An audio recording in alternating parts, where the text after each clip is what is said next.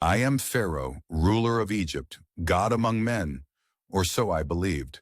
My word was law, my power absolute.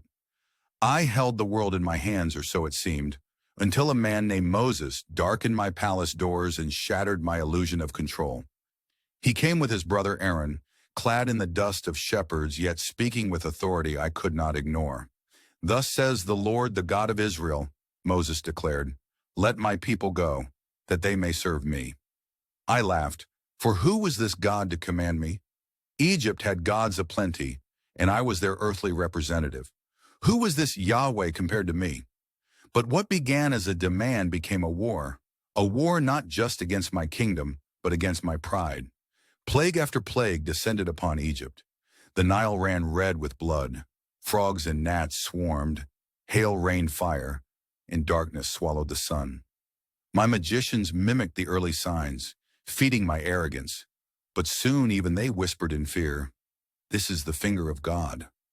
Still I refused. My heart was hardened, not by Yahweh alone, but by my own defiance. I could not, would not, bend. To yield to this God of slaves would shatter the very image I had built of myself. What would my people think? Who would I be if I admitted that I, Pharaoh, was powerless? And so I fought, even as my land crumbled. I fought through the wails of parents bearing their firstborns, through the cries of my own grief. I fought until my pride drove me into the waters of the Red Sea, chasing a people I had already lost, and into the jaws of my own destruction. Now, centuries later, my story endures, not as a tale of strength, but as a warning. To those who cling to power, I say, no throne is secure when built on the suffering of others. To those consumed by pride, I cry out, beware, for a hardened heart leads only to ruin. Into a world that bows to its own idols, wealth, fame, control, I whisper, these gods will fail you, just as mine failed me.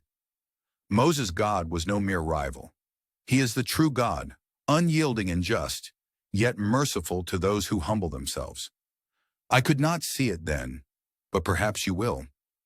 Do not let your pride drive you to destruction as mine did. Instead, bend before him and find the freedom I never knew.